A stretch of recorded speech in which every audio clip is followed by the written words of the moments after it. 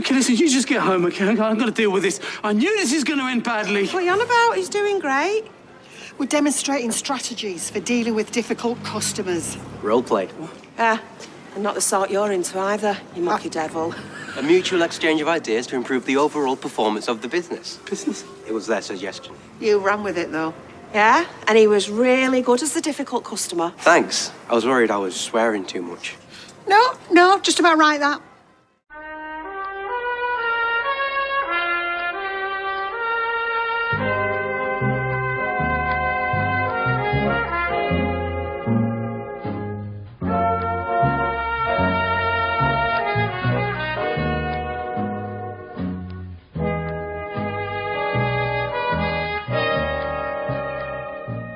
Hello and welcome to episode 137 of The Talk of the Street, an unofficial Coronation Street catch-up podcast that thinks just when we're getting used to PC Thinker being a deplorable tattletale, along comes Adam, who'd have been better just getting a t-shirt made with a print of Peter's treatment refusal document plastered on the front of it. I'm Gavin.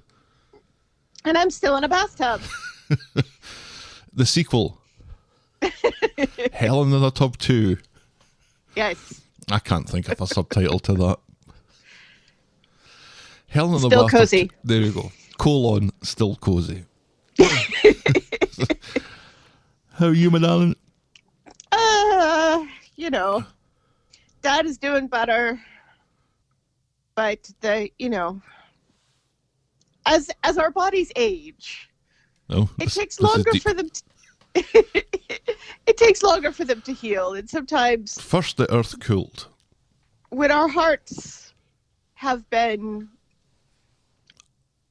broken, both physically and or emotionally, it takes a bit longer to heal. So it's really more or less just a waiting game on his heart rate, which they still haven't figured out the right cocktail to keep it down long enough for him to start getting up and moving around and building up his strength. Mm-hmm. But he's talking now, which is sometimes a good thing. It's a curse and a blessing, really. Being cranky, constantly asking if he can get up. Right. Mad because he's only on thickened liquids, and thickened water tastes gross, and thickened apple juice tastes gross, and he can't have a Coca-Cola. Oh, he loves his Coca-Cola. So, and he can have banana pudding.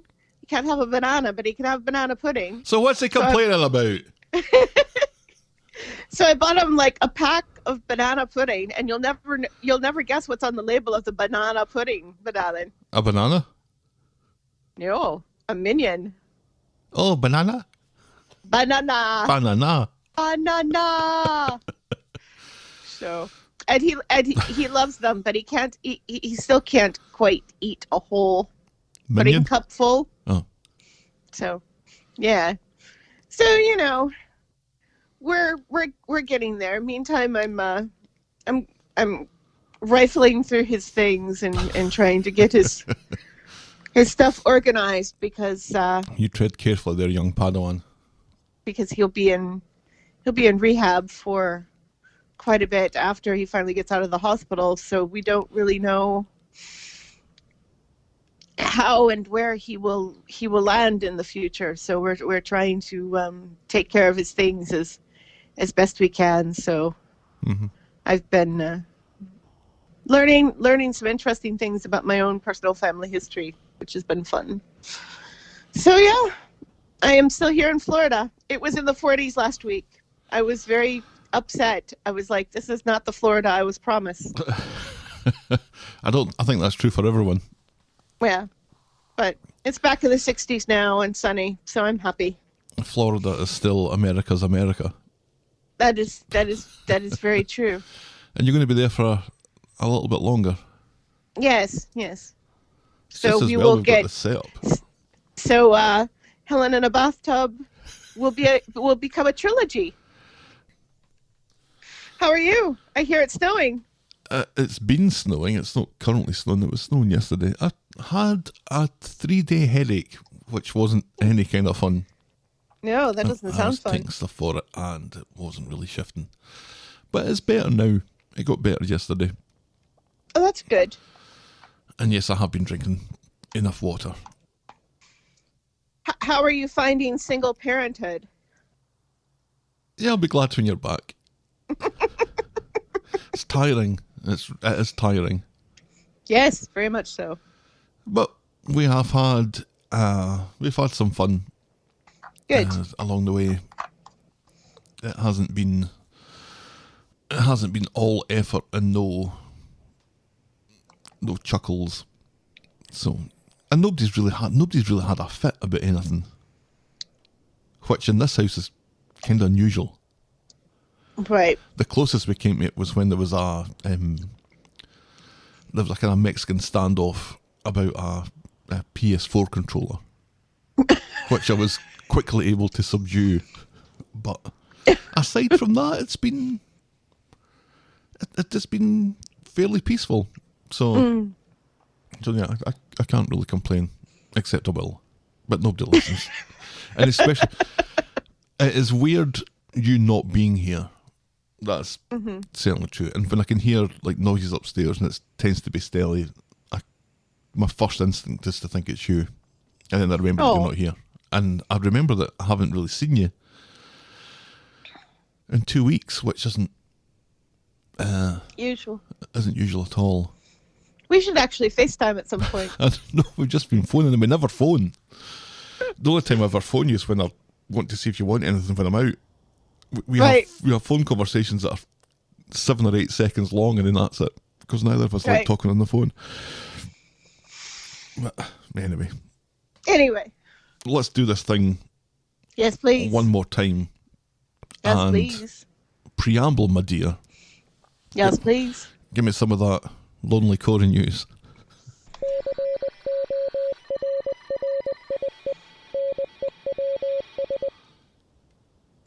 Sounds like we're getting a new Bailey. And you what? A new Bailey. Oh, I thought you were talking about the house. Okay, sorry. No. Finta Morgan will be joining the cast as Ed's ne'er-do-well brother Ronnie. Yeah. So we're still not getting the sister, but we're getting a brother. Here's hoping for more Bailey storylines in the near future. Morgan has previously been seen in Doctors, EastEnders, and Ted Lasso, a show that I'm constantly being told I should watch, but it's on a platform that I do not have. Really? There's a platform we don't have? It's on Apple TV. Oh yeah, we don't have that. Yeah. Looks good. I'm excited for a new Bailey, because that means new Bailey storylines, and that I am all for. They haven't really done enough with the Baileys that they've got. That's my concern. Yeah, that's true. Sorry, pissing your chips a bit.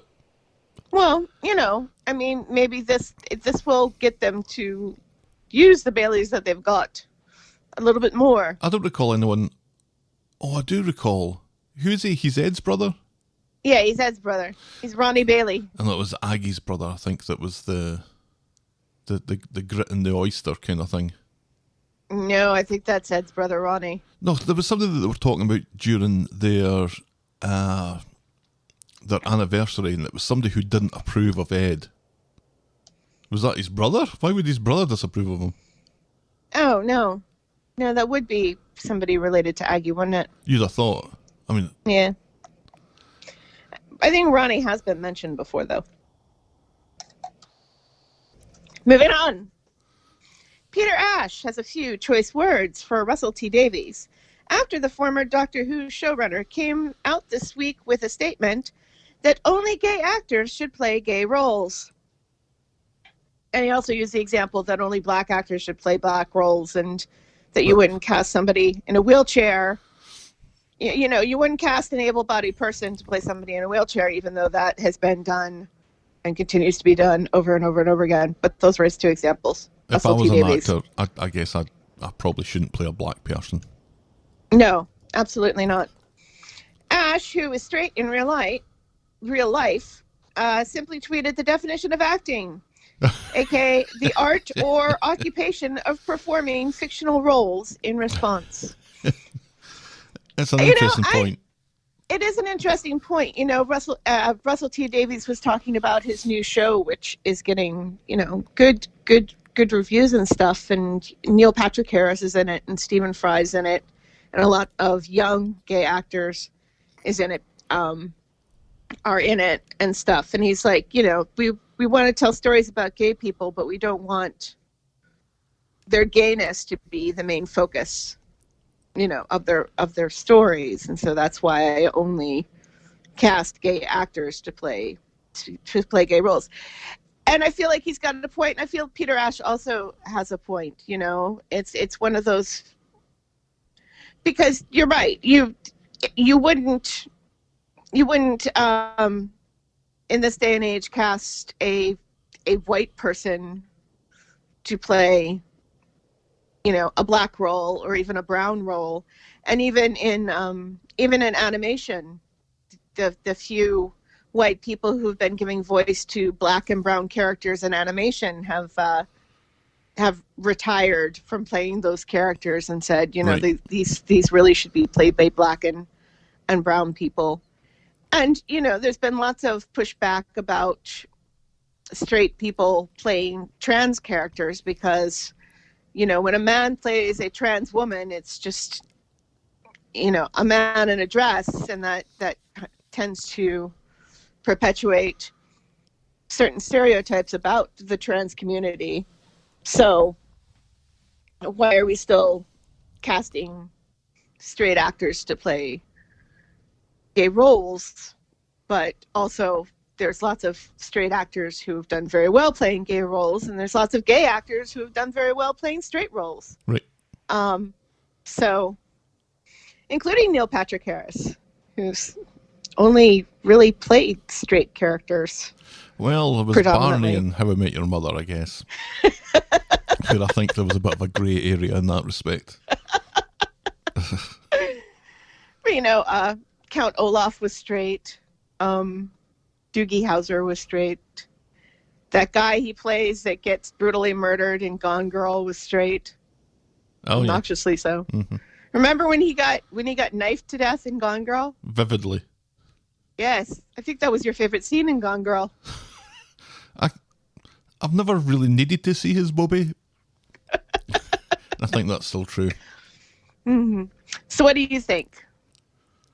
I think both sides make interesting arguments. Mm.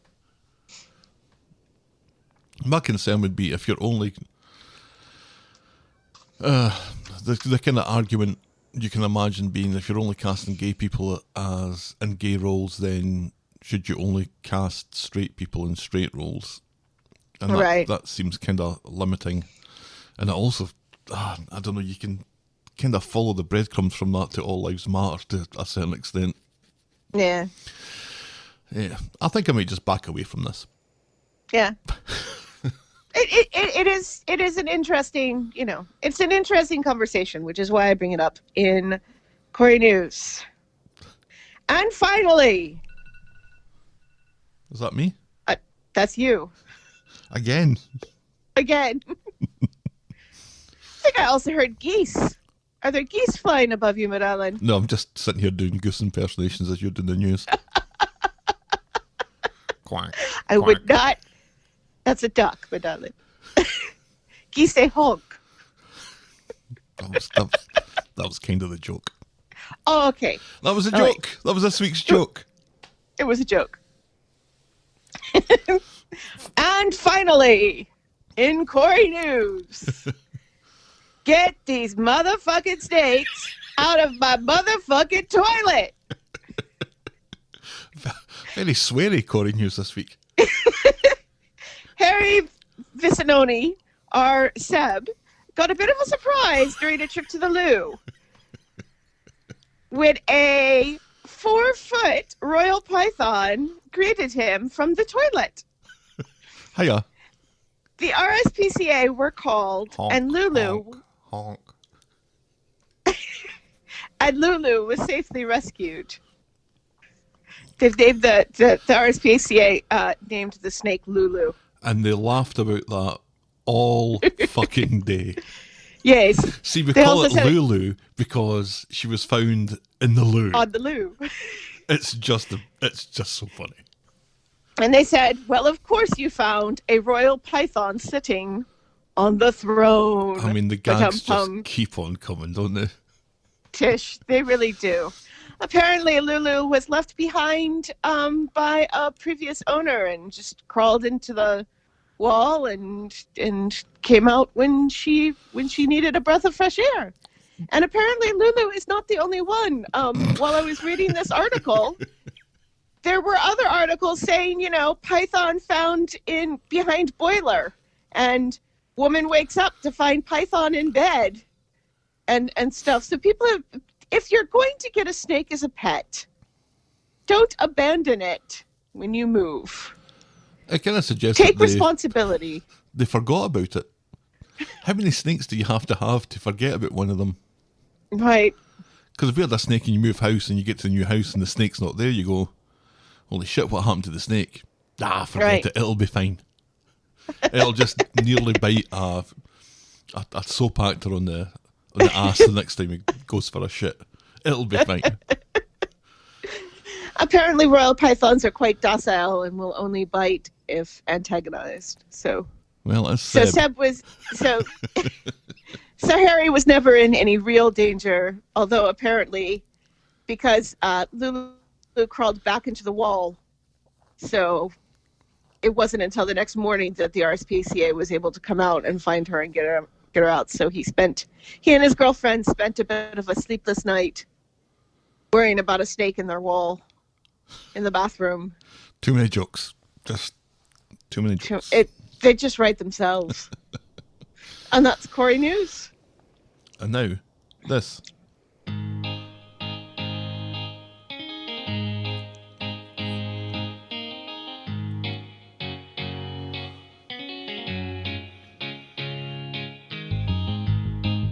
Welcome. Welcome to Last Year Tonight with me, John Oliver. Just enough time to quickly talk about T-chest bass. Any ideas? T-chest what now? Bass. As in a bass guitar. Oh. No, I do not recall this at all. This was Carla coming back from Richard's funeral. Apparently there was some interesting characters there, and there was some character playing the T-chest bass.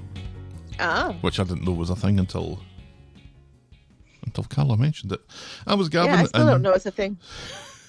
I think, when people play boxes, like scruffy people, when scruffy people play boxes that in lieu of musical instruments, I think it's kind of like that. Yeah, like a cigar box guitar sort of thing. Right. Yeah. I was Gavin, and you didn't think we did enough podcasts. So we started to do another one. That was this time last year. Steve and Tracy take couples counselling to an oddly violent conclusion. Tim's dad plumbs new depths as his emotional coercion of Yasmeen continues, and we start to have real concerns over Charlotte the chicken. This was also the week that he banged his head after fighting Yasmeen for the vacuum cleaner, which I remember that you particularly liked. Yes. A leaflet and a nomination for an award for doing something that was ultimately futile is enough to convince Aggie to go back into nursing. Sally decides that the best way to deal with the Tim situation is to go visit Gina, who was another part of the Tim situation not so long ago. Roy and Nina bond over a sewing machine and a game of metaphor-laden chess. At the hospital, Max searches in vain for a flight of stairs to run up.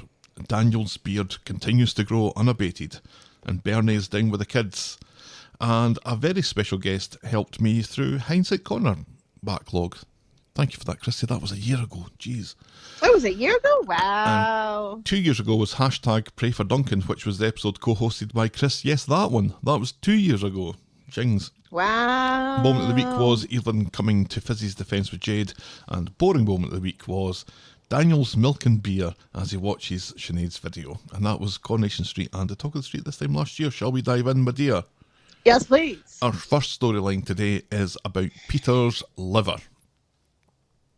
On the Monday, Daniel arrives at the Rovers to see how Peter's getting on now that he's back from Scotland, because he went to Scotland, remember? Yes, I remember. Neither of them seem to feel like cuckoos given that Carla no longer lives there. Peter has a hospital appointment to check on his liver later. So he's Yes. vaping outside Carla's dad's pub when Carla comes along and asks how he's doing, and he gives her the same story that he shared with Daniel, and she asks to be kept up to date and then heads off to work. Yes. Then Peter's at the hospital for his appointment when he runs into Carol Decker from Tapau. Do you know who that is? She looks familiar. Carol The Decker redheaded from lady Tapau. who's sitting in the waiting room. From what now? Tapau. Tapau? The 80s pop band. Tapau. Did they not make it over here? I don't think it made it over here. I hear their music sometimes in Family Fare when I'm doing grocery shopping. They had, Really? They had Well, two what's- big songs, China in Your Hand and Heart and Soul. No, Give a little bit of heart and soul. yep, Da, da, da, da, da, da, da, da. that's it. Okay, yeah. That was Tapau. That song I know. China in Your Hand, I do not. Oh, that's a shame because I have a China in Your Hand gag in 2 paragraphs time. Oh, okay. So, Carol Decker from Tapau announces that she's there to get her liver seen. Peter's all matchy-matchy, small world. Then Carol Decker from Tapau asks if he's there for a transplant and wishes him luck if he is. She's been waiting for 2 years with no luck. Hers is all medical, and she seems to be put out to learn that Peter's is self-afflicted, although she pretends to be fine with this. Meanwhile, Daniel's at number 1 telling Ken that he's going on a teacher training course. Ken thinks this is great, that he's following in his footsteps, and wishes Daniel when he tells him that he has a corduroy jacket that he can borrow. They talk about With how leather patches on the sleeves. right. They talk about how worried they are about Peter. Daniel says that Peter was very supportive of him when Sinead died. Was he? I guess. I don't really remember that. No. Everybody was fairly supportive, except for Beth. Yes, she was not True. supportive. No. And he has an idea to return the favour. So Peter is talking with the doctor. There's not been any improvement in his liver function recently, but they'll monitor it over the next few months. And Peter seems concerned to learn that he's just as eligible for a transplant as someone else, i.e. Carol Decker from Tapau, and it's all based on finding a match. And he leaves his appointment just as Carol Decker from Tapau is leaving hers. She has not had good news and lets her mask slip when he asks if she wants to grab a cup of tea with him. You're an alky, she says, and she's not interested in the tea from China in his hand. It wasn't a great joke, but I felt like I had to Yeah. foreshadow it. He doesn't say tea, he says drink. And she just immediately assumes that he wants to go and get a beer or something. Yeah, that's... Like an alcoholic drink. And that's what makes her doubly upset. Would you stop with those goose impersonations, Madalyn? They're very distracting. The thing is that they won't get picked up, I don't think. Although if you're hearing them, I would think that they are, but If I'm hearing them, they're going to get picked up. they're not that It's loud. It's like that bird. Remember that bird a few weeks ago when I was still at home and I said, and like I just stopped and said, why is a bird singing in December in Michigan?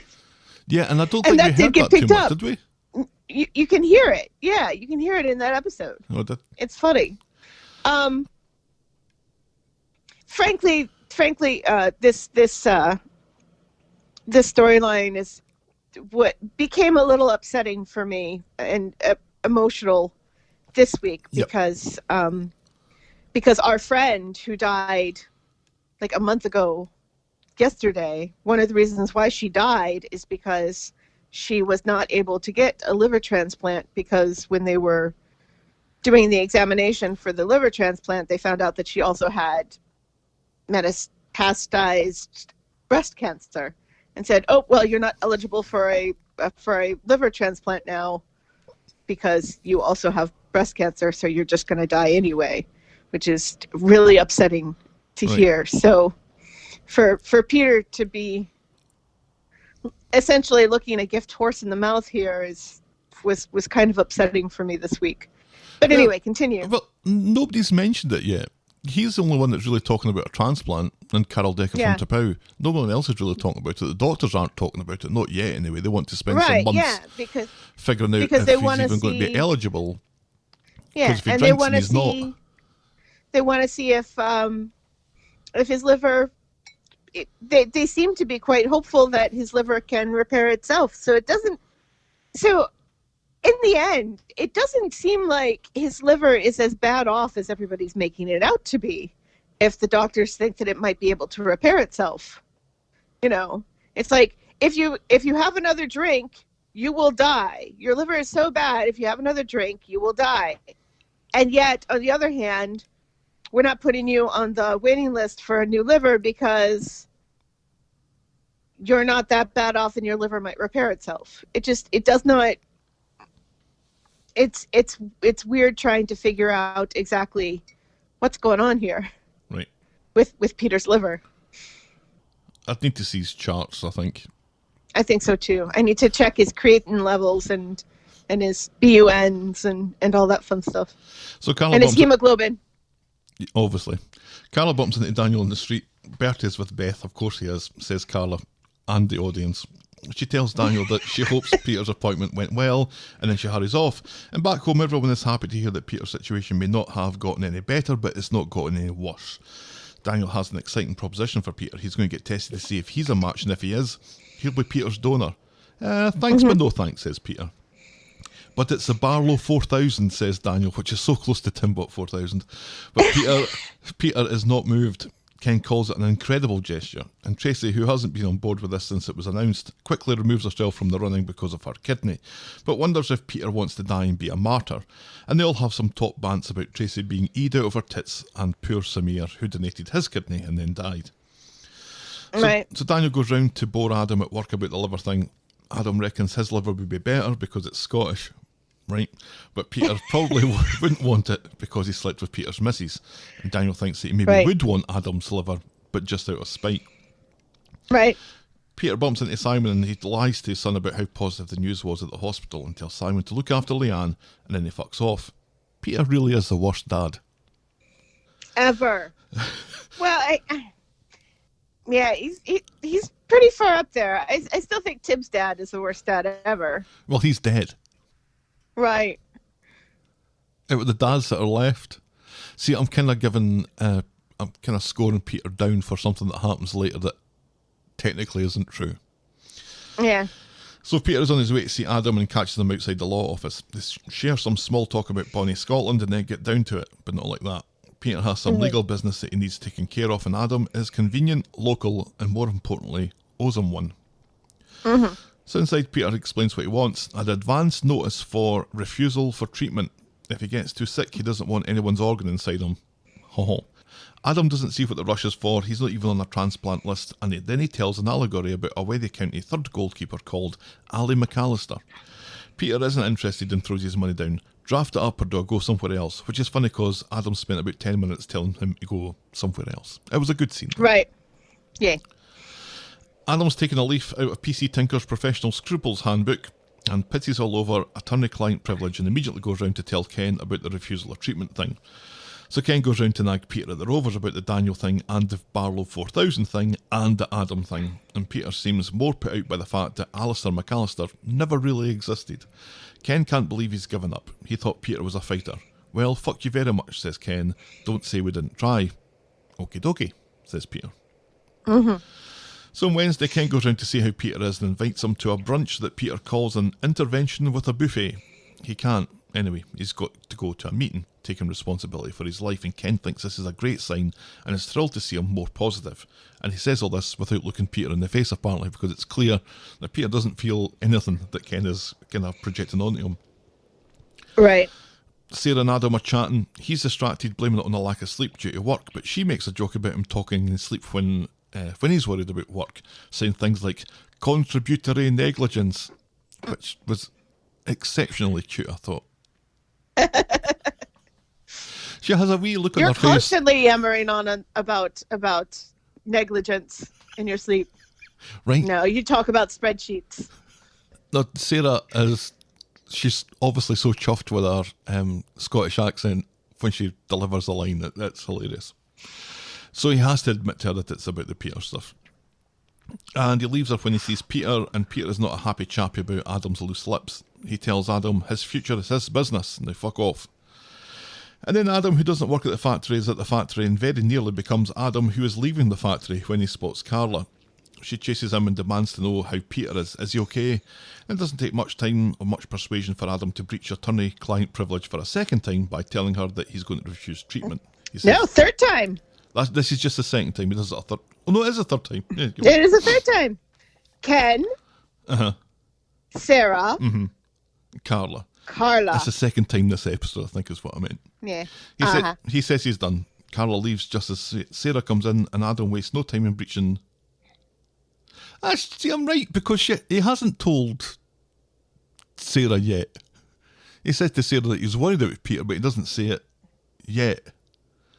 Because Carla leaves. I thought he did. No, because you just said that he. Because Carla leaves just as Sarah comes in, and Adam wastes no time in breaching privilege for a third time. Sarah's not sure why his tongue's flapping so much, but Adam thinks it's because everything is his fault. Peter gets back to the Rovers and for some reason is shocked to see Carla there waiting for him. It's like her dad lives there or something. She tells him he knows and encourages him to have a transplant if it comes to that. Then she smells booze in his breath and he eventually comes clean and he produces a bottle of vodka and takes a swig while she begs him not to. Which is weird because you can't smell vodka in somebody's breath. See, I always thought that was a fallacy. I always thought that you could, because vodka does have a smell. It smells of vodka. I can smell vodka. You open a bottle of vodka and take a sniff of it, you can smell it. Yeah. I was never convinced with that. What surprised me about that was that Peter is a whiskey man. Yeah. So he goes. Maybe that's why he chose vodka, because he thought that nobody would be able to smell it. Right, and she did. Yeah. He goes and grabs a bottle of whiskey from the bar and starts to wire into that. She points out that he could die at any second, and he agrees, but he says he has no choice. Booze is all he can think about. Everything before when he was sober was a distraction, including her. And she doesn't believe it, but he doesn't care. Jenny comes in. Yes, screams Peter angrily at Jenny coming into the back room of her own bar. The fuck is Peter's problem here? He chucks Carla out. He's an asshole. Yeah. Then she notices that the bottle is from the bar. Jenny's had enough. You're an alky and living in a pub isn't working out, so sling your hook. And Carla thinks this is for the best as well, but he doesn't have anywhere else to go. Well, what about next door? And he refuses, saying that he doesn't want his family to know what he's like. And it's a bit fucking late for that, says Carla. You know, he's a grown-ass adult. Right. He's a grown-ass adult. He's got a phone. We know there are hotels in the area. Get a hotel room for the night and then figure it out in the morning. You know, this whole whining, where am I supposed to go, is just so juvenile. You know, not to say that intentionally trying to commit suicide by drinking yourself to death is not juvenile as well. It just irritates me so much. I had to think about how Peter makes his money these days. He's a cabbie. And it took me a ridiculous length of time to realise that, he drives a cab, but he doesn't drive a cab. When was the last time he did that, do you think? So I wonder if last week. Does he have money? I would assume he has money because he's been paying Jenny to live there. Well, that's true. He hasn't been getting his room for free. And it's got to be one of the bigger rooms if Simon stays there too with him. See, I don't think it's a B&B because later on, someone's going to move into where Peter was, and then someone else is going to move into the B&B bit. So, anyway. So Carla and Peter arrive back at number 1. Tracy quickly susses that Jenny chucked him out. It was a misunderstanding, says Peter. No, it wasn't, says Carla. He's back on the booze. Oh, Peter, says Ken. But then Peter says, Don't Peter me, says Peter. And Tracy cannot... Oh, Peter. Ken also does a, what? That might be the first one for this year, I'm not sure. Tracy can't believe... Tracy can't... It's the oh, Peter thing that just cracks me up because it's like they're acknowledging the joke by having Peter say, oh, Peter me. It's Absolutely. Like fully acknowledging the joke. Without a doubt. Oh, and Ken's facial expressions throughout this whole thing are just hilarious. Mm-hmm. I know they're not meant to be hilarious, but I was laughing the whole way through because I don't think facial they're aiming for expressions comedy were here. just great. Tracy can't believe that Peter's hoping to move back in. Ken says Peter can live there, but only if he stops drinking. Ken refuses to watch him drink himself to death. No deal, says Peter. He doesn't think he can stop, but more importantly, he doesn't think he wants to stop. Well, fuck you later, says Ken. Enough's enough. So Peter leaves. And bravo on him for doing this. This is exactly the sort of tough love that that they say to do in situations like this, Mm-hmm. Carla chases after him. She wants to take care of him. He says he's not worth it. And she's shown him that his family won't change and they deserve better. He says that she won't change either. She wants to be seen as an angel looking after an alky. And he doesn't really want to say this, but he's going to say it. She's happy to drop her knacks for anyone and everyone. Now leave me alone. And he walks away like the Hulk again. Right. Yeah. And Carla very aptly says that he's killing himself exactly like Aiden. Right, and that did seem to give in a different way. Peter a little bit of pause. Peter pause. Yeah. So Carla goes and that's when he pushes her away horribly, and makes the whole drop your knickers line. Mm-hmm. Yeah. Carla goes to open her heart to Jenny. She doesn't know what to do when Jenny puts the kettle on. Well done, Jenny. So back at number 1, Tracy tells Ken not to beat himself up about this. He can't save everyone. Tracy says Peter will be fine. And then we cut to Peter under a bridge, slurping down the whiskey like it's going out of fashion. On Friday, Ken is beginning to regret giving Peter the ultimatum, which, as you said, I think was probably the right thing to do. In fact, really the only thing to do, because if you're not, then you're just enabling them, right? Right. Tracy says that this was all Peter's choice and it wasn't Ken's fault. In comes Steve, who can tell from the atmosphere that something's up, but Tracy covers. She wants to protect Steve after the Oliver business, and this kept on happening on Friday, and I kept on forgetting why they're trying to protect Steve from this information, which I don't think he's going to draw similarities between Peter and Oliver here, is he? Well, I think weird it's for me. I think it's more just, in general, they don't, it's distressing news. It's not happy news. And they want to, try to just keep him away from unhappy news. Distressing things. Kind of like how I've been trying desperately to keep my dad from catching up on any of the news in relation to the insurrection that happened last week while he was sleeping. Mm-hmm. The things that happened while your dad was sleeping. Yes, it's a sequel to the Sandra Bullock rom-com while you were sleeping. Only this time, no romance, just insurrection. Yeah, a slightly more nuanced 90 minutes to be had on that one. Then Roy, who doesn't work at the factory, but at least he knocks, turns up at the factory to deliver brunch to Carla, but he's really there so that we can hear her say that she doesn't know where Peter is and she's worried about him. And later, Tracy and Steve are pretending to drink tea. In comes Simon, who's been speaking with Jenny, and it appears that Peter's moved out. Tracy thinks it got awkward with Johnny being in prison. No. And she thinks that he's moved to Wigan. Yes, Wigan, to stay at a Navy mate's. My fucking dad, says Simon. Doesn't even say goodbye. And Steve smells a rat, and when Simon leaves, Steve demands to know what's going on. And she must... Yeah, you'd think Simon would be used to this by now. Well, I think there was a kind of bit of resignation in that.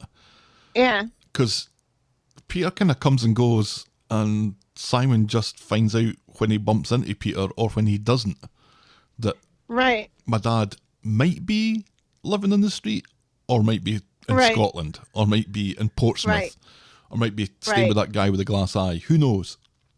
Or he might be in Wigan with a pal from the Navy. Or he might be under a bridge. Who knows? Yeah. So Tracy must tell Steve, because later he's talking with Ken. He appreciates everyone thinking of him, but it's not needed. He thinks Ken did the right thing, and everyone will be on Peter's side when he comes back. Ken goes to call Peter, and Steve hears a phone ringing outside and discovers Peter unconscious and Iganil among some bin bags. And later, how did he make it from under the bridge to the bin bags, do you think? Was he always there? It wasn't clear. I think maybe he was always there. Yeah, maybe. Yeah. Anyway. Later, the glorious Dr. Gadas has diagnosed hypothermia. He walked around in a circle, because remember, he was walking away, and Carla was following him. Uh-huh. So once he knew Carla wasn't following him anymore, did he just, walk into a store, buy some booze, and then walk around the corner into the gunnel. It's cheeky. And sit on the trash. Yeah, he's just made a circle. What a cheeky chappy. I don't know What if he a bought cheeky more chappy. booze or if that was the same bottle that he nicked from the Rovers, which he said he didn't nick, but then That he was going to pay for. but then nicked it anyway. Later, the glorious Dr. Gaddis has diagnosed hypothermia. Outside all night, he could have died. It's important that he rests and keeps warm, but she doesn't think that he needs a hospital. Steve says... And yet, no one pauses to think of poor Carol. Poor Carol, on a night like that. Yeah. Always in our hearts, Carol. Always. Yes, always in our hearts. No Steve- thoughts for the actual homeless people. Steve says he's staying with them, so he'll be fine. And so Gaddis sees herself out. And Steve goes to see Tracy, who's worried about how Steve will cope with Peter's chaos. Steve's thought about that, and he suggests that he goes away for a few days to the country, where he'll get peace and can train for his 3 Peaks challenge, which apparently is definitely a thing now. And remarkably, Tracy thinks this is a great idea. Yes. And back at number 1, Peter's up and feeling better, and Ken's contrite, and he can stay for as long as he needs, says Ken. Peter, though, isn't interested and heads out. He needs to get away from this house and this street, and despite Ken's pleas, he leaves. And that's as far as we get with that this week. Yes. Good storyline this week. Yeah. I was a little disappointed in Ken, Backtracking. going back, backtracking and actually trying to be an enabler. And then at this point, Peter is not wanting the enabling. Right. So which is interesting. I guess it just gives Peter another chance to throw help back in somebody's face. Right. Because that's where he's at the moment. Is he's just anyone who wants to help, he isn't interested. He's just throwing that he back. says, fuck off. Mm-hmm. Yeah. He does. He actually said that. Yes, he literally said, fuck off. To Ken. Yes. His dad. And Ken said, oh, Peter. It's like William Roach is sitting in a bath in Florida. No, I think there was the frustration of Peter at this moment is very believable and very demonstrative of how addiction can just whittle you away. Yeah. Oh, absolutely. Yeah. And you get to the point where it's like, well, if I die, I die, and I'm worthless and I'm not worth saving anyway, which, for a lot of alcoholics, alcoholism and depression go hand in hand, which makes sense because alcohol is a depressive substance. It brings you down. So when you're down already on yourself and you bring yourself down even further, then when your little brother says you can have half of my liver to generate your own new liver, you say, no, thank you. And aside from... It is very cool, though. It is cool? It's cool how the liver does this. Oh, that aspect how of it, it's possible to, to take a tiny bit of someone else's liver and put it in your body, and it will grow a whole new liver. It's amazing. The human body is amazing. Yeah. And then you have, I think Peter is kind of right in, or maybe this is just an excuse. It's probably just an excuse for not wanting Daniel to do it, because Daniel's got Bertie when he's not staying at Beth's. So he's got that to live for, and Peter couldn't live with himself if something went wrong in the transplant. But again, we're spending so much time and energy talking about something that has not been prescribed, and something that is not really, as far as I can make out from the hospital, not even in the next 6 months future. We're talking about something that's so far out that everyone seems to be just totally hanging their hat on it right now. This needs to be resolved right now, and we need to talk about this and have a plan right now when... Right. Yeah, but also, I mean, and even Daniel, he's like, I am going to go get tested to see if I am a match, even. to donate my liver to you. So that he's not even gotten to the point where he's like, yes, I am definitely a match and you could definitely have a piece of my liver. Mm-hmm. You know, and Peter's acting like this is the Dark Ages, like Daniel absolutely will not recover and will die from this, which is not true at all. Yeah, I think that's where the excuse thing's coming from. Yeah. I know the two people on the street who have donated organs in the past have both died, but, you know, Aiden didn't die because he gave Carla a kidney. No. He died because he had severe depression and committed suicide. So it's not even a very good excuse. It's a rotten excuse, you know, and it's just an opportunity for him to throw kindness back in people's face, which is, again, something that somebody with alcoholism or any form of addiction will do, because they don't feel like they are worth the bother. So people are dumb for even trying. Yep. Top work from everyone in this, I think, particularly Chris Gaskin. Absolutely. He's really selling it. He's really selling it well. Yeah. Our next storyline today, Leanne en France. On Monday it's morning, and Simon's about to get some messages and needs Leanne's card, and she reminds him that Toya and Nick can't know that she's home. Not yet. So Simon goes to Dev to get his messages and pays with Leanne's card, which, and I kind of assumed this is for plot purposes, is declined. Dev allows Simon to pay him back later because he knows where he lives. And people's cards are always getting declined at Dev's. I'm starting to wonder about how good that machine is. Yeah, yeah. And it also makes me wonder how Dev can stay in business, because he's constantly telling people not to worry about it, that they can pay him back later. Yeah, and later never comes. Right. And he's really impressed that Simon is buying vegetables. Yeah. On his way back, Simon runs into Kelly the Chin, apologises for yesterday and claims that he had been abducted by aliens. Also, he has some family stuff going on. She gives him another chance and wants to do something right now, but he can't because of that family stuff that he just mentioned. Oh, forget it, says Kelly, and she storms off. And Tracy sees most of this exchange and watches Simon head back to Victoria Court Flats. Yes, and Tracy is upset because she thinks Kelly is bad news. Mm-hmm. And Kelly doesn't really care what Tracy thinks, which I thought was hilarious. So Simon's made Leanne soup. She spills some of it and rushes to clean it up. He tells her it'll be fine, but she snaps angrily at him that it'll never be fine. It'll never be fine again. And she runs back to her room. But Simon's right. As long as she takes a damp cloth to that soup spill, it really will be fine. Oh, poor Simon. He's got such rotten luck in the parent category. I know. Here. And he's doing so well to hold it all together. He really is. Doing a great he really job. is. On the street, Dev sees Nick, who he calls bro for some reason, and explains about Simon looking troubled earlier. Bro. Tracy, who's there briefly as an add-on to another storyline, They're ear bros. Right, reckons it'll be something to do with that skank, Kelly the Chin. She saw Simon talking to her on the way to the flat.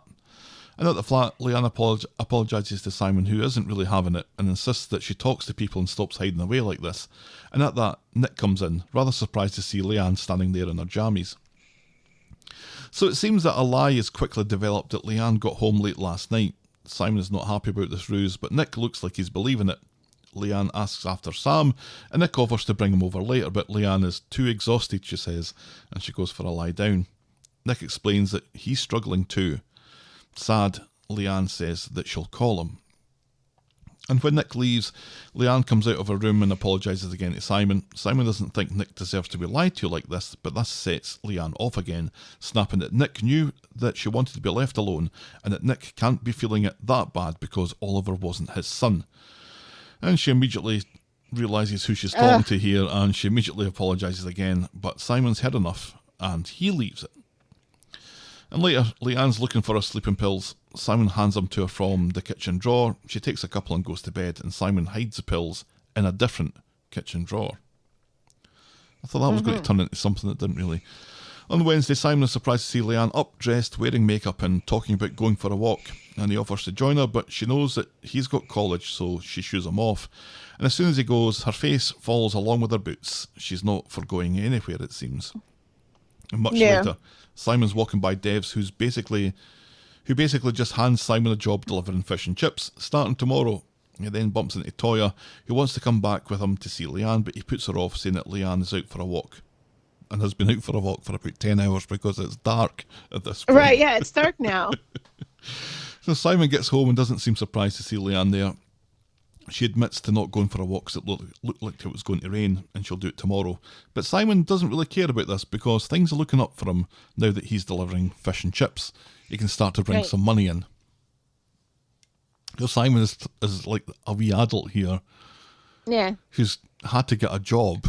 Or I think he would have probably taken the job anyway. He seemed to be quite into right. Yeah, I mean, he wasn't looking for a job. It just kind of fell in his lap, which was nice. But now he's kind of talking about it like it's a kind of way for him to support Leanne. Right. Yeah. Because of the whole, the whole card getting declined. So, I mean, she hasn't. Let's be fair. She hasn't been at work. Oh, for that's a long right. time now. He didn't tell her that. No. I've just noticed. I've just realised. Yeah. And she hasn't been at work for a long time. So I don't think Imran and Adam have been paying her, Oh, she's due sick pay. She's entitled to it. Yeah, but for this long? It's been months. For a while, and then she gets unemployment, I think is how it works. I've never had to do it. Yeah. Who knows? I'm not sure. No. Leanne hiding in the flat, pretending to be in France. Well, she's back. Everybody knows she's quote unquote back from France now. No. So. Yeah. But still, and I mean, she said she was going to go for a walk. She doesn't go for a walk, but at least she got up. She put on regular clothes. She brushed her hair. She put on makeup. On. So she's getting there. She's, it's, again, this is not something that's going to fix itself overnight. So. No, this story... I worry about all of this responsibility for parenting both of her parents on Simon, though. Yeah, that seems to be where this story is really sitting this week, is from a Simon aspect, not a Leanne aspect. Right. And, but also it's kind of nice to also see him interacting with actual people his own age, with the whole Kelly the Chin thing, and then hanging out with Addie. That was brilliant. And he's going to be working with Addie, and that I really liked, and giving Addie, kind of bucking Addie up in another storyline about that was his, bucking, you said, right, with a B? Yes. Okay, just checking. Honk, honk, honk. About Dev's 16th birthday present, which the twins aren't supposed to be 16 now. That's neither here nor there. I got enormous. And saying, hey, at least you have a decent father. At least your dad is trying. At least your dad's not leaving every 5 seconds and not telling you where he's going. The things that brought me the most amount of joy this week, I was not expecting them to come from where they did. Yes. And Addie's been brilliant this week. I'm just going to say it. I'm just going to say it. We'll absolutely get to that. I love Addie. Addie's like, Addie, remember when all of a sudden you went from really disliking Summer to really liking Summer? Mm-hmm. Yeah. We're kind thing. of getting that. Mm-hmm. Yes, we're kind of getting that Summer renaissance for Addie now, but let's finish this brilliant. one off first. Yes, yes. The only thing that is giving me a little bit of a concern here is that when Simon was talking to Toya, he seemed to be putting her off going back to see Leanne. And I know that Leanne asked for this at the start of the day, but Nick knows now.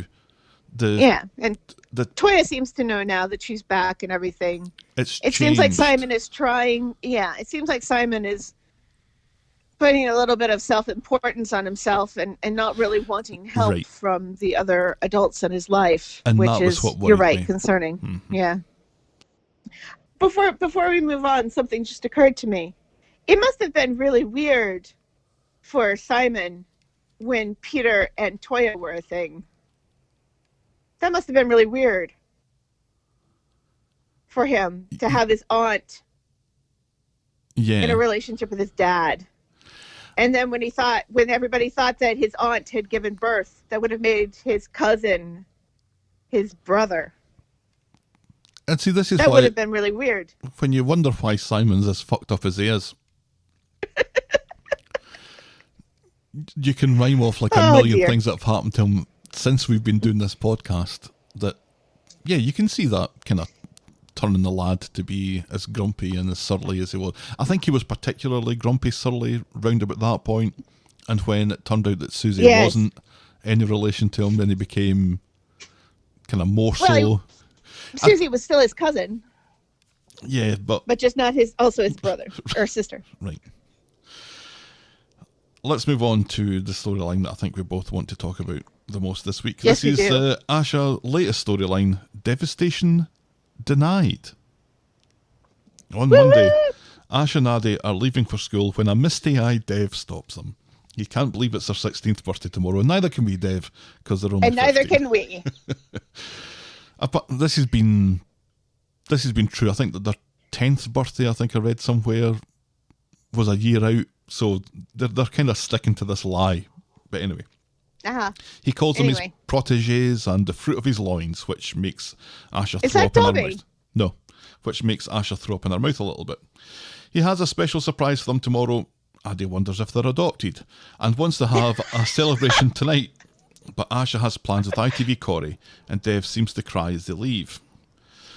Asha's and Roy's Rolls later chat with Nina about her impending 16th birthday and her impending date with ITV Corey later on. Nina reveals her dad got her that choker thing round her neck for her 16th, which she loves. And Asha doesn't think that she'd be able to carry off something like that, but Nina says that she could wear a bin bag and make it look cool. Nina is just the best friend ever. Yeah, seriously. Everybody needs a Nina. Right. Meanwhile, Dev is excitedly chatting to Tracy about the surprise tomorrow without talking about what the surprise actually is, although we note at this point that there's something covering the first half of the shop's sign. Tracy reveals that for her 16th, all she wanted was Brad Pitt naked and tied to a chair in her basement. Me too, says Dev. I love that when Dev said me too. Well, first she says world peace. Mm-hmm. And then nobody's believing that. And Dev said, really? And then she said the whole thing about the really disturbing thing about Brad Pitt naked in the basement tied to a chair. You know, not even just, a date with Brad Pitt or a phone call from Brad Pitt or to sleep with Brad Pitt. No, it's Brad Pitt naked tied to a chair in her basement. Presumably kidnapped. Yes. Maybe tortured. Tracy, she has killed. She will kill again. She will kill again. And kidnap and torture Brad Pitt. So Asha is at ITV Corey's trying to drop hints about doing something nice for her 16th. He'd like to do something nice for her 16th, vis-a-vis getting his hole. And understandably, she's less enthusiastic about this than he is. Oh look, just fucking forget it, she says. Whatevs, says ITV Corey, and then he starts playing that stupid word and decorate game thing. Nina is at Dev's and has to listen to him talking about the surprise without talking about the surprise. He leaves, which allows Asha to tell Nina about how scummy ITV Corey was. Nina gives her a present, which is one of those choker things, and Asha is totally made up. Yes, she is. On Wednesday, Dev has somehow manoeuvred the kids into the living room with their eyes shut when he reveals that he's decorated a bit.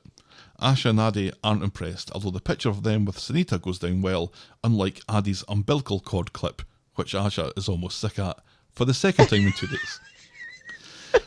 This had better not be the surprise. Addy's expecting a moped as Dev leads them both outside.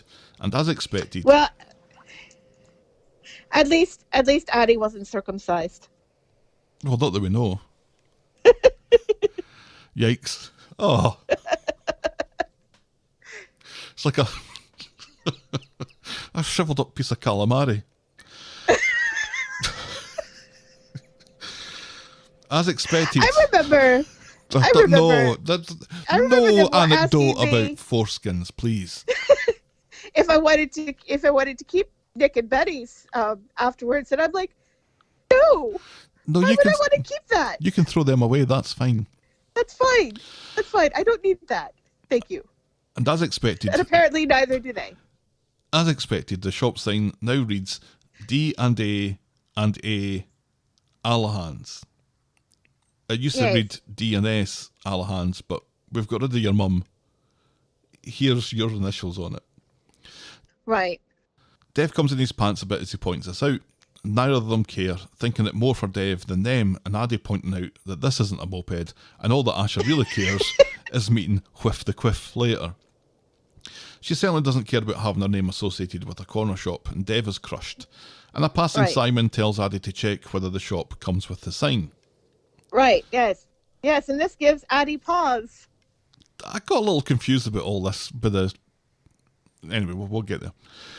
Later, Yasmeen is there when ITV Corey gives Asha another cake with the promise of her real present later.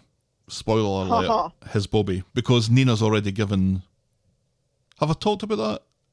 Nina given... You talked about the choker. You didn't talk about the cake and Roy's quoting poetry at Asha Right. for her birthday, There was which something... I thought was also a nice touch. It was very sweet.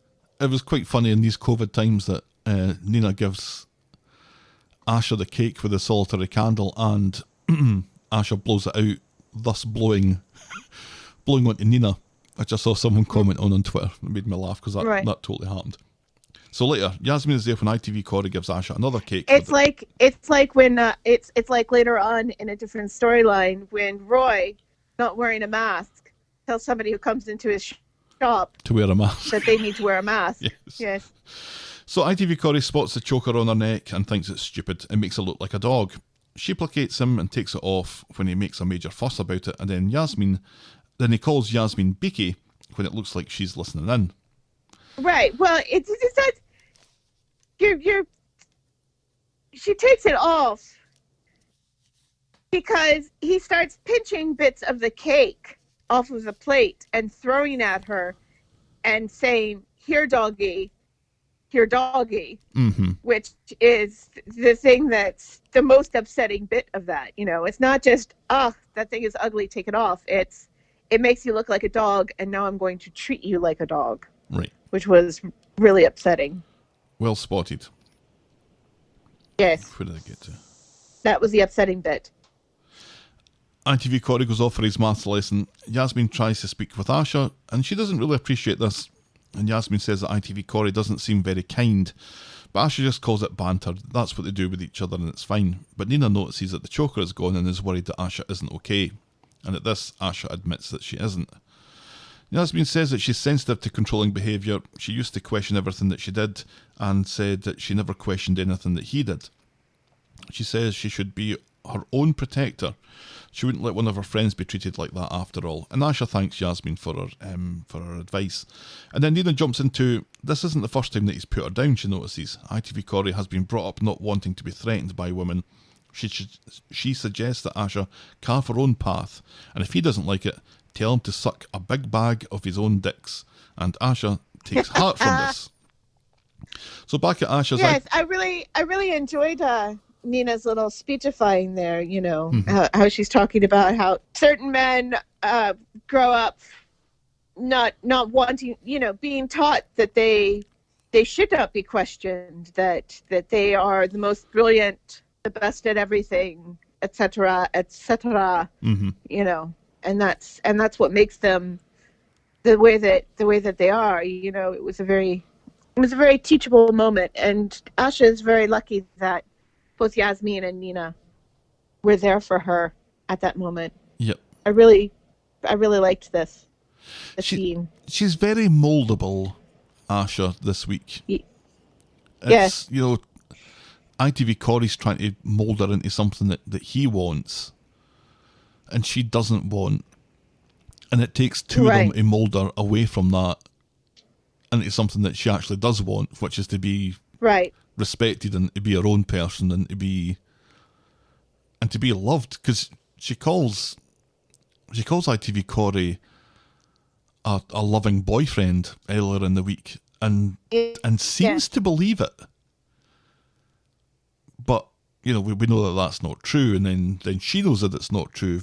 But she's a character that needs a lot of guidance and is influenced enough. And this was seen in the skin lightening thing as well.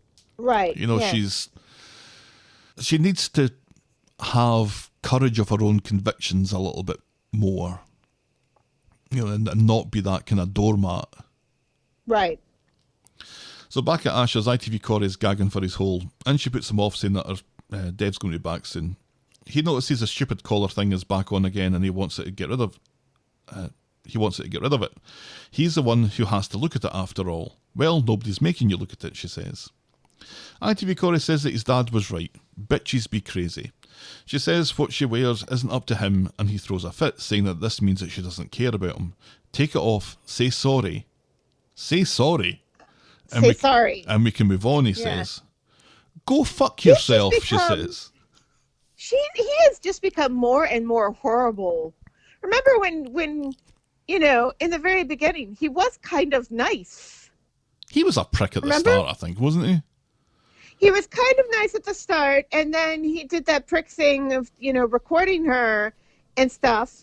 But then he doesn't share it with everybody. It's Kelly who shares it with everybody, and he seems quite upset about it at first. And then, you know, they cut his hair off, and all of a sudden he's an asshole. It's like all of his kindness was in his hair. So it seems. But it's just that the two things, the say you're sorry thing was awful. That was awful. And the throwing of the cake thing, those two things combined. Nobody needs to know anything else about you. You're a dick. You need to go. Yeah, you need to go. So go fuck yourself, she says, and that's what he does. And she allows herself a cheeky wee smile, and she puts her hands together under her nose. Mm-hmm. And what I took to be a kind of moment of pride in herself, and maybe a bit of elation, and, you know, the kind of expulsion of nerves a little bit. Right, but also kind of sad. You know, it seems like she's a mix of emotions at that point, because she is proud of herself, but she also is mourning the relationship, which is fine. Later, Dev is wanting to sit down and watch a classic of Indian cinema, saying it was his mother's favourite, even though everyone seems to think that his mother's favourite was Titanic. And then he says a lot of stuff in Hindi that I didn't understand. Addy thinks that he's high. No, Dev is always like that. Then Asha comes in and is quite happy to sit down and watch the Bollywood movie with her stupid dad and loser brother. Dev is thrilled and tells Addy to move and then go make everyone popcorn. Happy birthday to me, says Addy. It's like they've sat down and thought, shall we give Addy some really, really good lines this week? Yeah, let's do that. Yes. Let's book Addy up, please. And then there's also... Which he does quite well, because the lines are great, but his delivery is great too. You know, it's not just... There are people you could give those lines to and they would fall flat. Yep. You know, and they do not. He's a good wee actor. Oh, he's a great wee actor. And I don't think we realised how great a wee actor he was. I think he was good. They started him off really badly when he was stealing vodka from the shop and getting drunk. That showed him off about as well as it did when Ryan arrived drunk.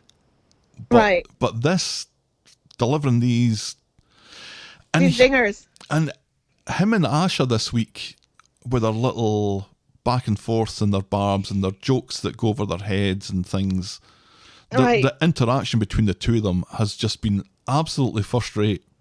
Absolutely. I so enjoyed it. I just love it.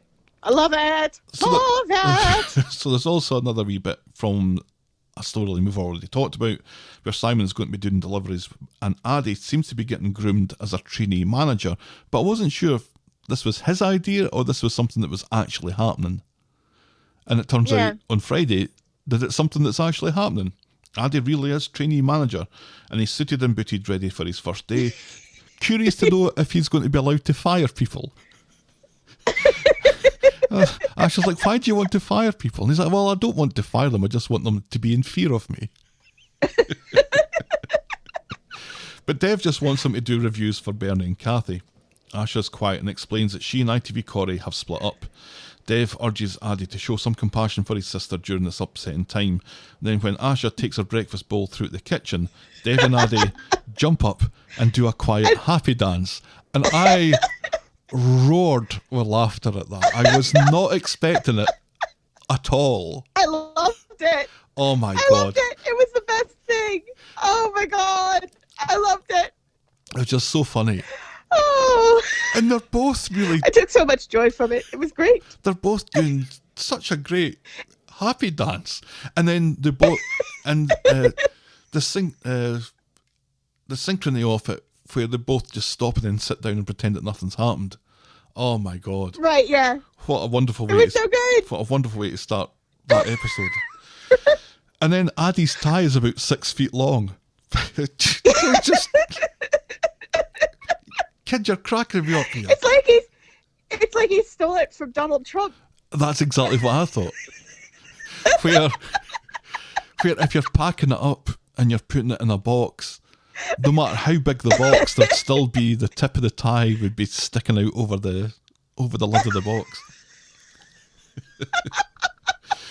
So he meets up with Bernie and Kathy, assuring them that it's just reviews, they have nothing to worry about, and they advise him that he should probably be the one what's worried. Then later, Dev is wandering down the street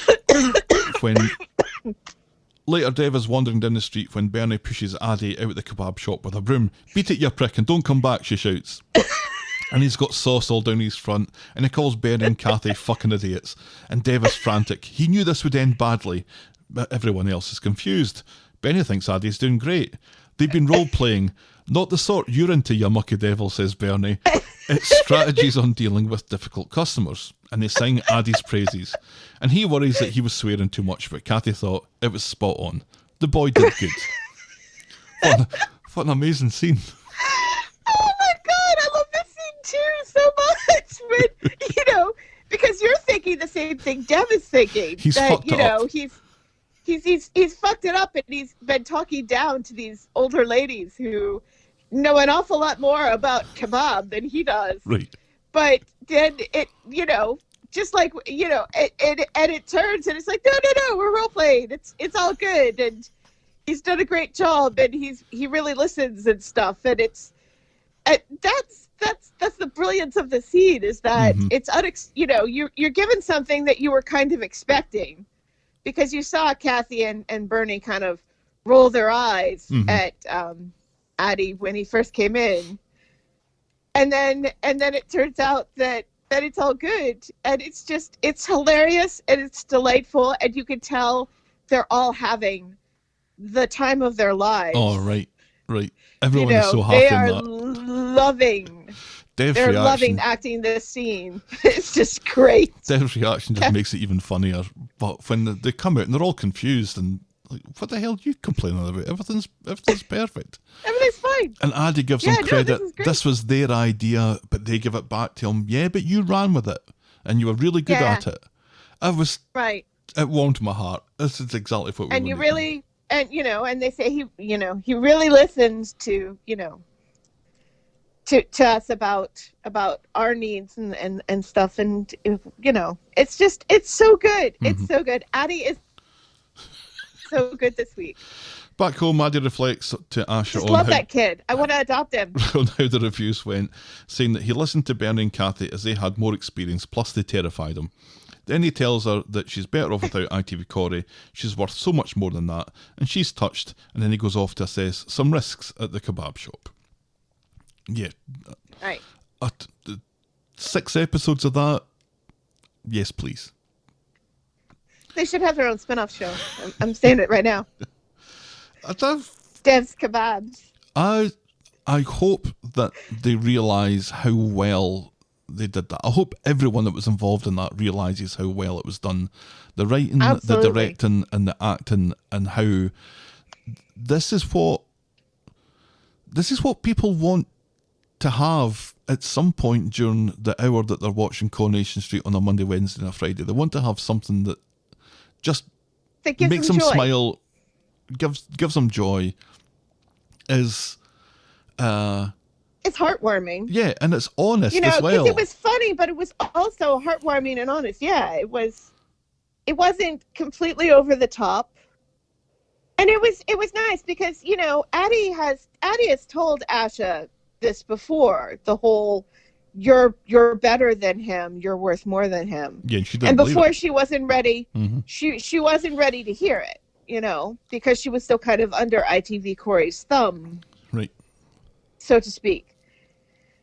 So for it to end with him saying this to her again, and for her to accept it and be chuffed by it at this point was just really delightful.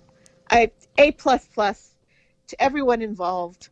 I still want Dev to still have that beard, but never mind. We can't have it all. If he did have his beard in that scene, it may have been just too much.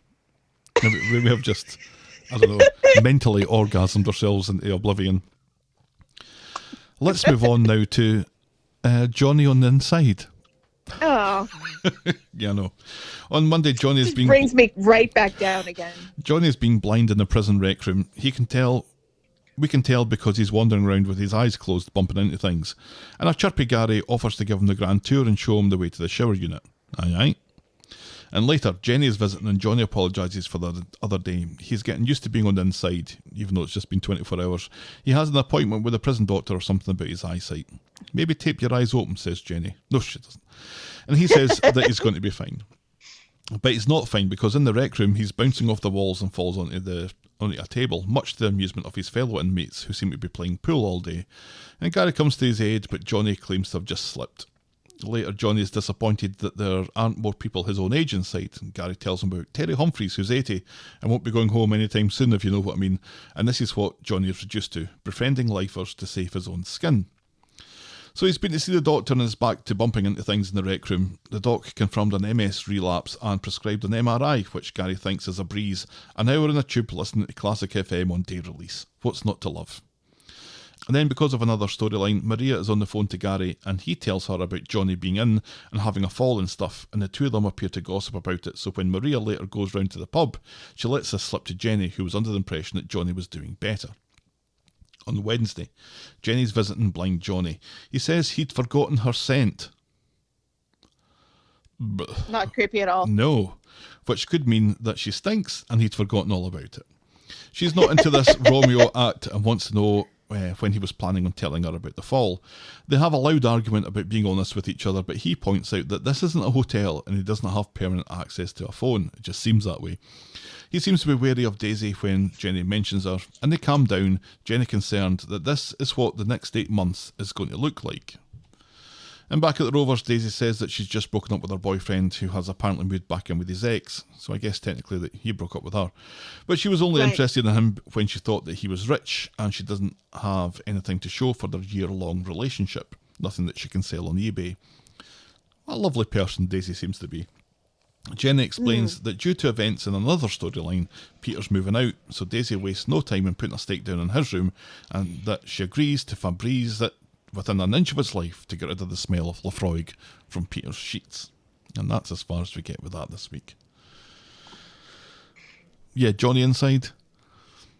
Ugh, it's sad and depressing. It Right. it confused me a little bit that Gary is still in street clothes and everybody else is wearing all blue and stuff. But then I realized that it's because Gary has not been convicted yet. Correct. He's on remand. He's been arrested. Mm-hmm. But he hasn't been to court and convicted and had the books thrown at him and everything. That's why he's still in regular clothes. He is officially innocent. But this gives, Gary, our supposed main villain of the street, it gives him yet another opportunity to be kind of the golden boy and be looking out for somebody and being kind to somebody and helping somebody, which makes him not the villain of the street. The whole reason he's in there is not the villain of the street. I don't know if I'm even still doing this anymore. It's kind of like he makes bad decisions. That's it. He makes bad decisions, and he killed once. But he may not kill again. He's not like Tracy. She will definitely definitely kill again. I don't know. I think it's good. It's kind of nice. It kind of reminds me of the Abby and Sally friendship when Abby and Sally were in prison together. Remember when Abby and Sally were in prison together? Yeah. That's how their whole friendship started. That's right. You know, and that gave her more time to act with Tim, which meant that they started a relationship in real life and are now engaged. So it's good. It's good. So are you suggesting that Gary and Johnny are going to get married? No. I do. No, but maybe Said Gary Johnny on the toilet. will. Maybe Mikey North will break up with his, because he's not married right now. He'll break up with his girlfriend and start a relationship with the actress who plays Jenny. Maybe that will happen. Or the actor. I think you've gone down this rabbit hole far enough now. I'm going to pull us back. I'm going to pull us back. All right. And suggest that we talk about the penultimate storyline today, Coronation Towers, which was just on Friday, when hypocritical Seb has decided to forgive Abby because he has nowhere else to stay, so he's moving in with her and Kev and Jack. Ray Weinstein wanders by with an actor in a non-speaking role. She's the lovely Sandra, his new waitress or whatever. And he and Abby exchange barbs, which results in Abby warning Sandra that Ray is a perv and he's probably a pedo too. Yeah. Emma is moving into the Rovers B&B. Daisy clearly isn't happy about this and is further agitated when it seems that Alina might be moving in with Emma in the B&B. Daisy loses her shit at the idea of all their menstrual cycles synchronising, and Jenny agrees and tells Alina that she can't move in after all. Which is ridiculous, because that's money. Jenny could, charge her money for staying there, and it wouldn't be like Emma, which, poor Emma, she works at the Rovers, she gets paid by the Rovers, and then she gives Jenny her money back to stay there. Oh, I've just had a little... I wonder what my next word's going to be. I've just had a little remembrance of something that I'm not sure is a thing or not about the UK, which I think is a thing. Uh-huh. That in a hotel, you get charged per person per night. Mm-hmm. Not just for the room. Right. So if I'm staying in a room, it's going to be cheaper than two people staying in the room. Because I was going to say, well, it doesn't really matter if Emma's staying there or not, because Jenny's just getting the money for the one room. Right. But in the UK, she would be charged for the two people staying there. Yeah. Whereas here it is just, you get charged for the room, because it doesn't, you could have like 6 people staying there and they don't really care, it's just one room. That's a thing. Yeah. Anyway. So Abby goes to see Roy and eats a slice of his freshly baked humble pie for the whole tiny bullhorn thing from a couple of weeks ago.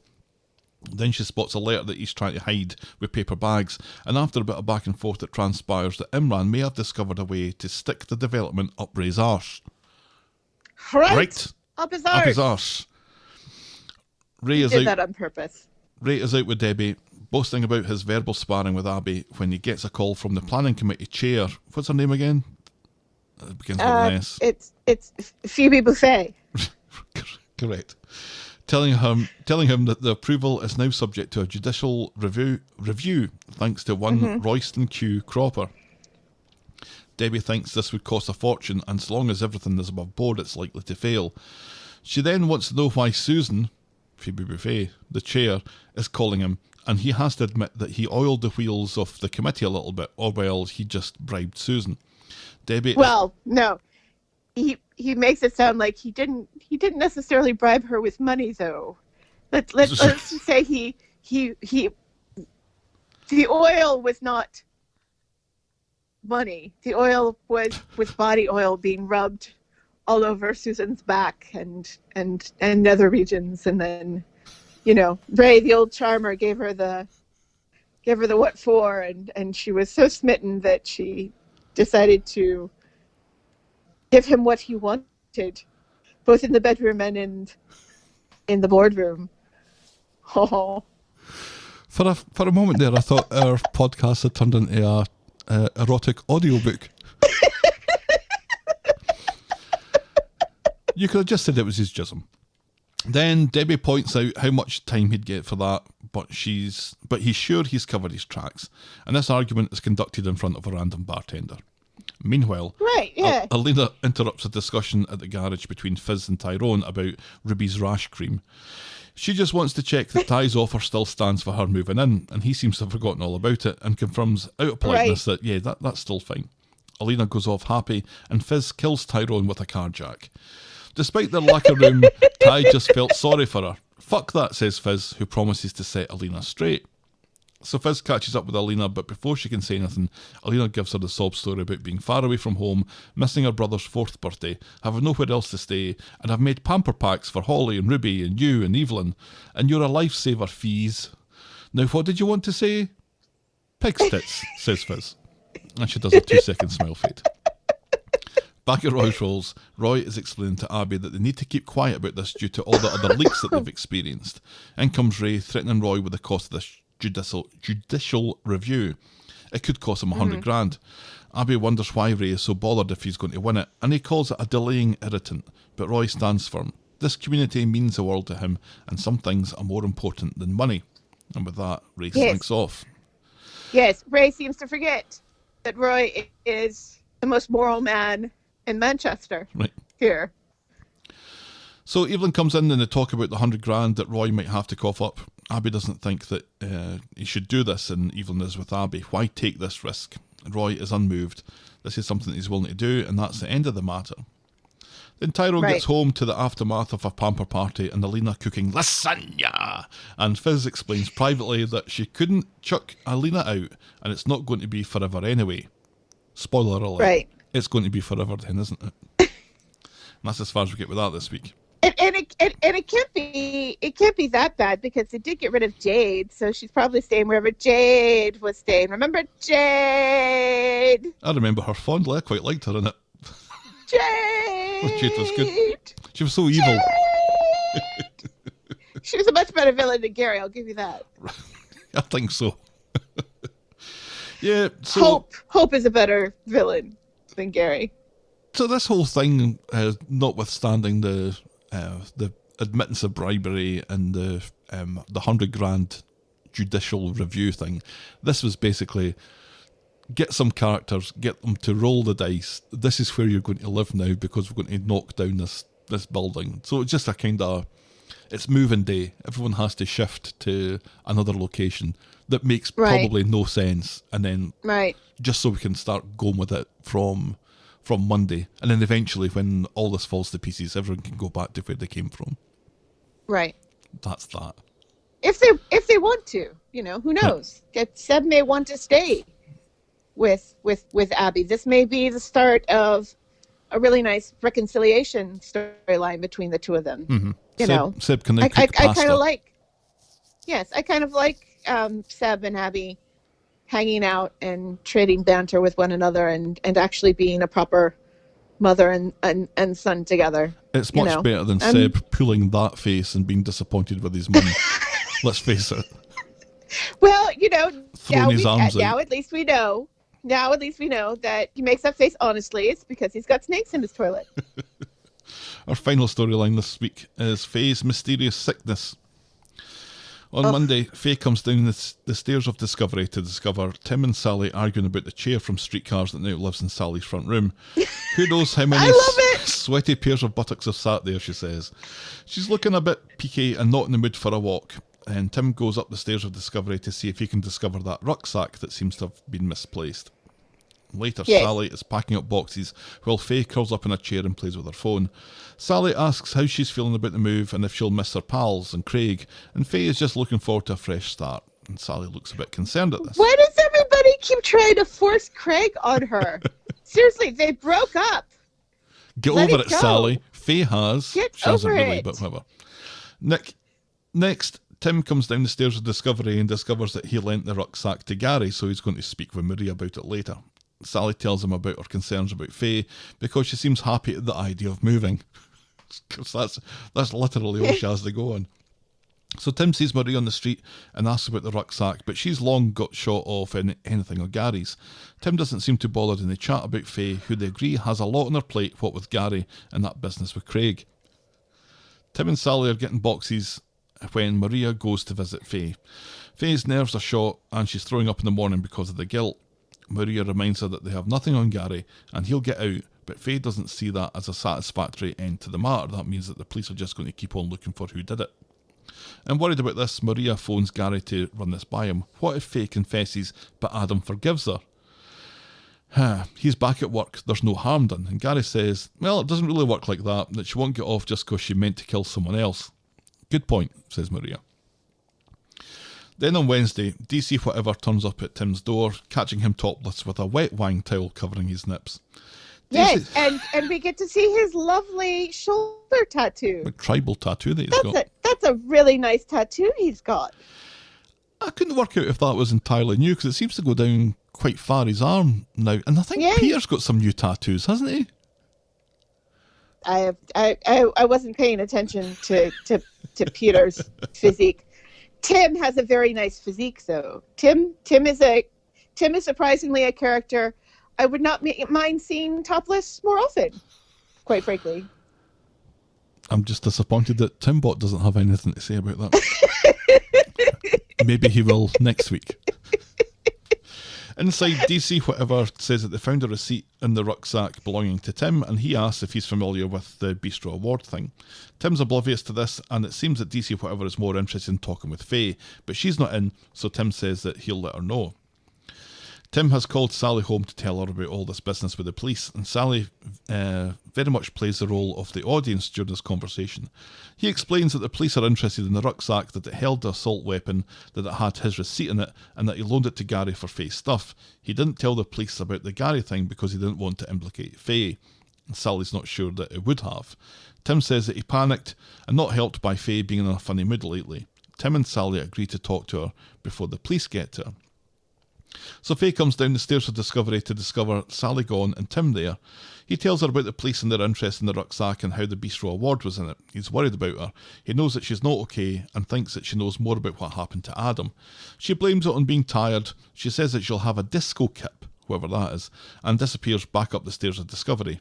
6 more weeks of winter. And later, Faye comes down the stairs of Discovery and again discovers Tim, who again knows that something's up, and asks if Gary's making her cover for him. She loses it, saying that she doesn't know nothing about nothing, and about nothing about no stupid rucksack, and then she runs back up the stairs of Discovery again. Jings, her calves are going to be like fucking steel by the end of the storyline. Absolutely. On Friday, Faye comes down the stairs of Discovery to discover that her vomiting was overheard by Sally, who worries that her shepherd's pie has given her food poisoning. Tim, meanwhile, is still keen to know what the fuck happened to that rucksack and how it ended up with a weapon in it. Faye maintains her ignorance on the matter when questioned and then disappears back up the stairs of Discovery. Sally thinks something's not right.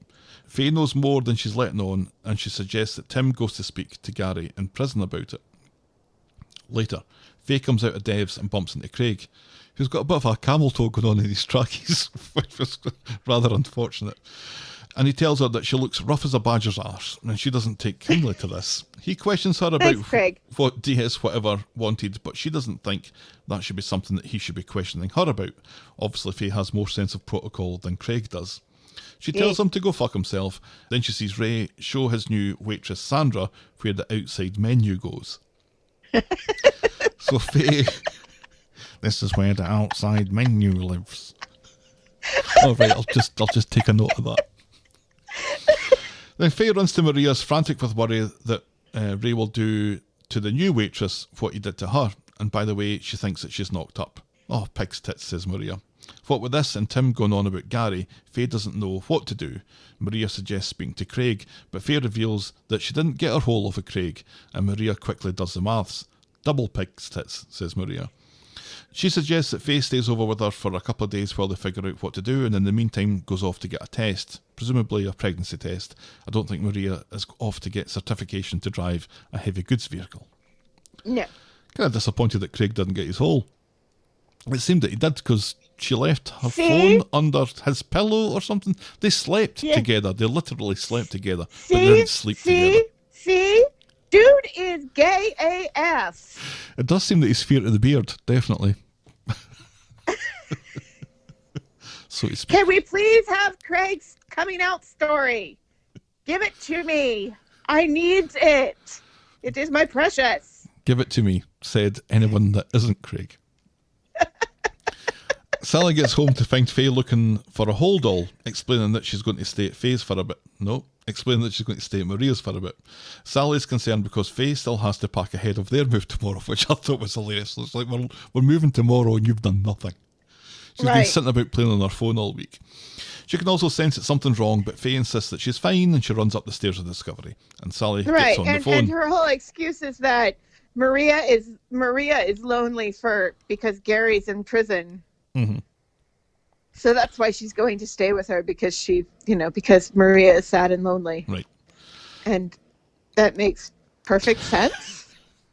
Timbot 4000 says this does not compute. Well, at least Timbot has something to say about that. Yeah. Presumably she calls Tim. He appears at Maria's wanting to know what the fuck's going on, and then he spots the pregnancy test kit on the counter. Maria tries to pass off at hers, but Tim knows it can't be because Gary's in jail. And he seems to ask I know how these things work, says Tim. Quite proud of himself that he knows how babies are made. He knows it's Faye's, and Craig's knocked her up, and he's going to go kill Craig. Maria reluctantly agrees that something's up, but Faye needs to be the one to tell him the full story. So Tim is waiting when Faye comes in with her hold all. He's sitting by the pregnancy kit, so she can't deny it. But there's more, she tells him. It's worse than just being pregnant. But wait, there's more. It was Ray.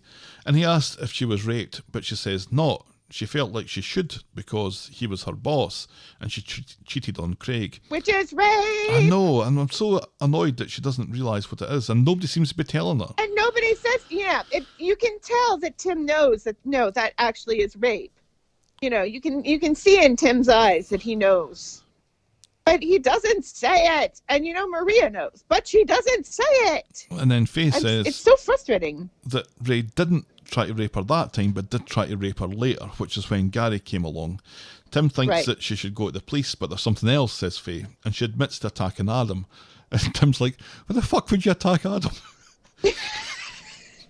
But she thought it was Ray. And with all the information at hand, Tim decides that the person he's going to kill after all is Ray. Maria urges calm, and she and Faye go off to pee on a stick. Tim doesn't listen to Maria and goes running to the bistro, but Debbie tells him that Ray is out. Tell him I'm going to kill him, says Tim.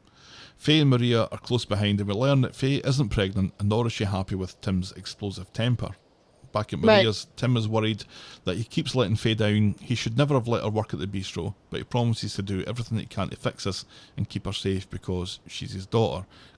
Right. So Tim goes to see Gary in prison. He knows everything and wants to know what's best. And Gary thinks that they keep to the plan and find a way to keep Faye calm. Ray is going to get what's coming to him. Don't worry about that. And then we see Ray on the phone to Susan, bad-mouthing Roy, calling him an imbecile, walking down the street when a white van speeds round the corner, comes to a screeching halt, and two masked men get out and move menacingly towards Ray. Like, what? This was so ridiculous! It's like, what, did Gary pay some thugs to go and kidnap Ray?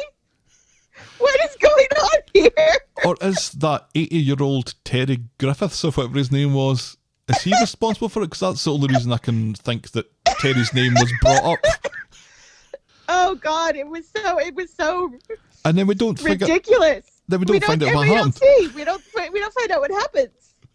Because you don't come out of a white van with a black balaclava on just to say, do you have directions? Do you have directions to the nearest Esso station? You're going to kidnap him. Presumably is what's happened, or you're going to beat him up. Or murder him, or beat him up, or something. So at Maria's, it seems that Faye is going to stay there, even though there's no real need for her to do that anymore, because everyone knows everything. Tim comes in, and he's had a brainwave. We're going to move away. We're already moving away, says Faye. Yeah, but we're going to move to Spain, says Tim. And that, inexplicably, is how we end this week's episodes. I know, I was like, wait, am I missing an episode? What's going on? Sally's not going to be happy with that. Sally had her heart set on this place. Oh, well, that was going to be like 2 years in the future because the development's been delayed. That's true. Yeah, as I was saying it, that's when I remembered that place isn't ready. Well, why are they packing up then and saying that they're moving tomorrow if they don't have a place to move? They have a rental. Oh. Because they have to move out because the house is getting knocked down. So they have Right. to go somewhere. So they've got some place that they can live temporarily. But Tim But seems to have instead his they're going heart to set move on to the Spain. Costa del Sol. Right. But Even though with Brexit, that makes it much, much harder for him to move to Spain. is Tim... See, when you hear about people moving to Spain, the first thing in soapland that you think about is extradition treaties. Right. Spain is a place where train robbers fled to and lived out long portions of their life unfettered Right. by the threat of British police catching up with them. Right.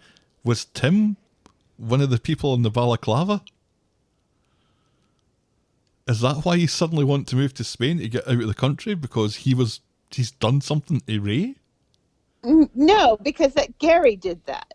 Remember, we see that right after Gary says, "Don't worry about Ray. I've got that handled." Well, Gary, that might be a bit of a red herring, because Gary says that don't worry about Ray one way or the other.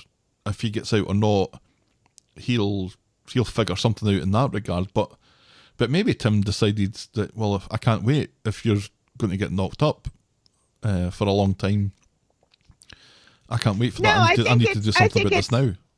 I think he's protecting Faye because I think he thinks that, the truth will out eventually, and so this is the best way to protect Faye from being caught. One for way or attacking another, Adam. it was funny as fuck when that happened. And it just so happened that it happened when Ray is bad mouthing Roy. So it's like, and it was so random, and it was so like the show he's just walking down the street, and all of a sudden here's this white van with these guys wearing masks and coming to assault him, and it was just in daylight while he's walking down the street in plain daylight. Let's put a little qualifier ahead of daylight. Let's call that broad daylight. It was in broad daylight. But it's like the show just refuses to allow public. Roy to be called an imbecile by anyone without some comeuppance happening. Maybe it was Roy. I don't know. It was such a random thing to happen, and then we don't find out what happened about it. Yeah. Oh, I guess it's good that Tim now knows what's... Yes, what's I'm happened. happy that Tim knows what's actually going on now and stuff. And Faye just So, had to we'll run see. up and down the stairs 50 times in a week for that to happen.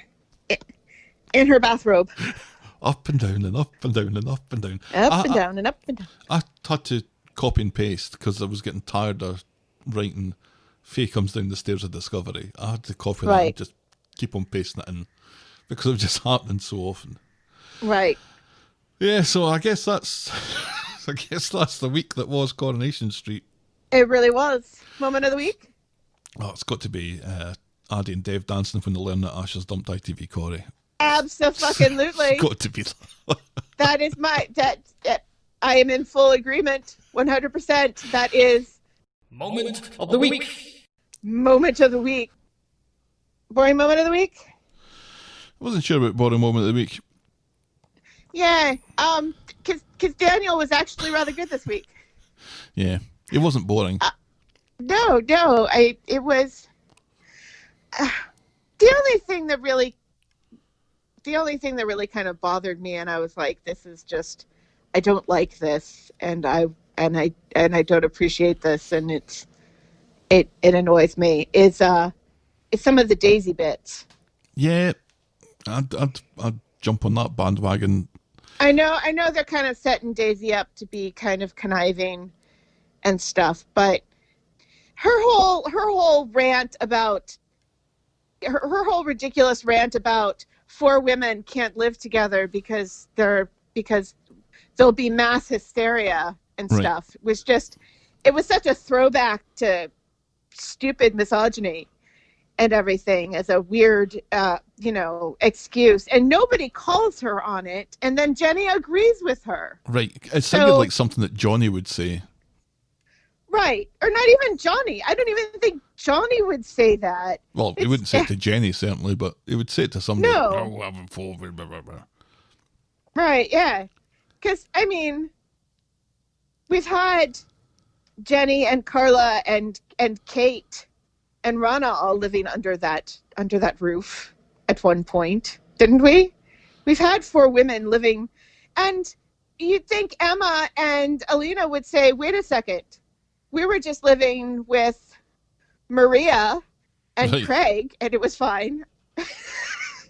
Or no, Craig wasn't living there. Craig is living with... It's a sort of assertion that doesn't even need a retort because it's just so ridiculous. Ridiculous, yeah.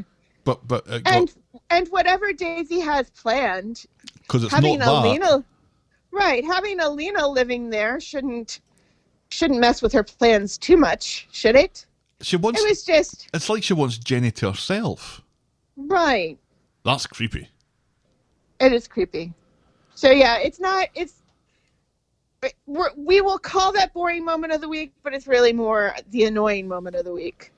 So yeah, okay. So that's our boring moment of the week. Boring/annoying moment of the week.